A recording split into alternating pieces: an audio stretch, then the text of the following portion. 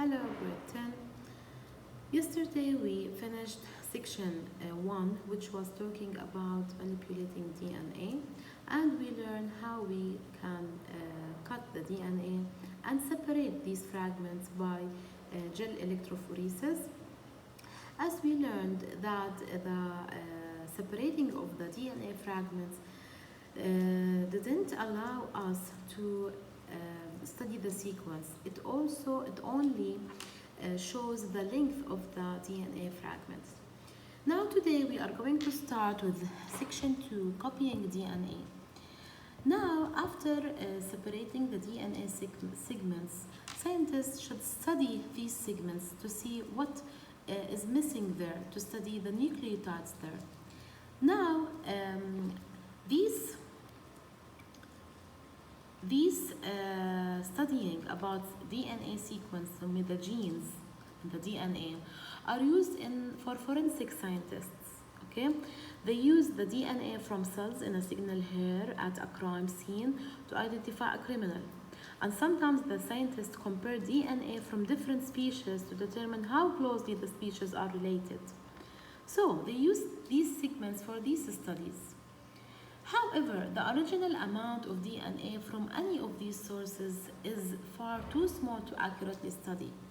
So when they collect the DNA and separate the segments, the amount of the DNA is too small to make study on it. So the samples of DNA must be increased, okay, or amplified, so that can be analyzed. There is a scientist who discovered a PCR polymerase chain reaction to copy DNA segments to make many copies of DNA outside the body of the organism. PCR makes many copies of specific DNA sequence in few hours. As you see here, this is the target sequence of DNA. After cutting this sequence and separate it from other segments, there is a technique called PCR which make many copies of specific DNA sequences within few hours. So the main function or the main object of the PCR technique is to amplify DNA samples, to make many copies, to make the studying of these segments easier and enough. And PCR is similar to DNA replication.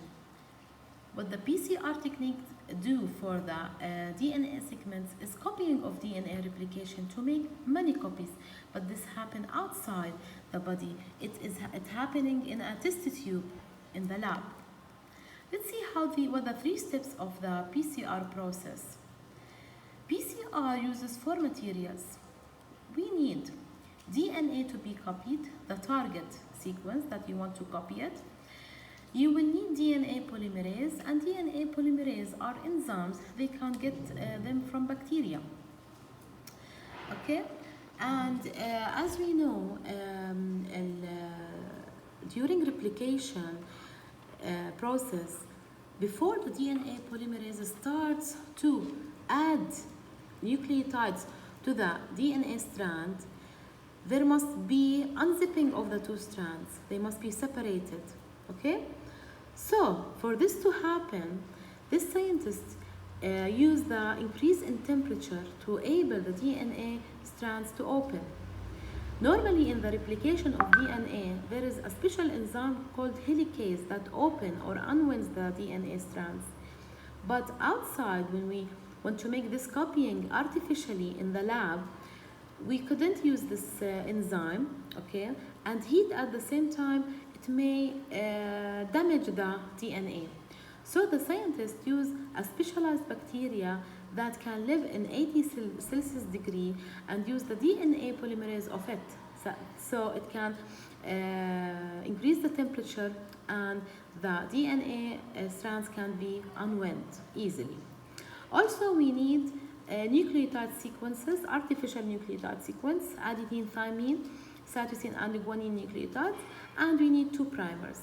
Now, the primers are sequence of DNA that start the copying, because DNA polymerase alone cannot start the copying. The DNA will start copying from a started part, so the primers will be added to start part binding of some bases between two strands of DNA, and from there the polymerase will start copying the DNA. So the two primers will locate, or they will give borders for the sequence that I want to copy. As you see here, DNA strands will be unwound by heat, then primers are added to start. Here the primers added to the sequence, so to start copying only this part of the DNA. And after this, copying will happen by adding the nucleotides and the polymerase enzyme. So the 3 steps of PCR occur in a cycle. The first step is separating, in which heat is used to separate double-stranded DNA molecules. Then binding, in which primers bind to each DNA strand on opposite ends of segment to be copied, and to let the polymerase enzyme to start copying. Copying is in which polymerase enzyme binds nucleotides together to form new strands of DNA, as you see here.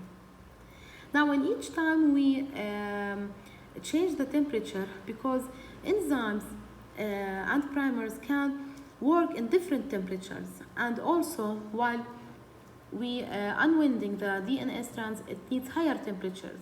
So in each part, in each step, we need to change temperatures according to the enzymes used or the primers.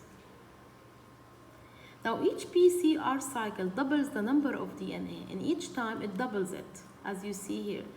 1 strand will be 2, 2 will be 4, and etc. Okay guys, see you and take care.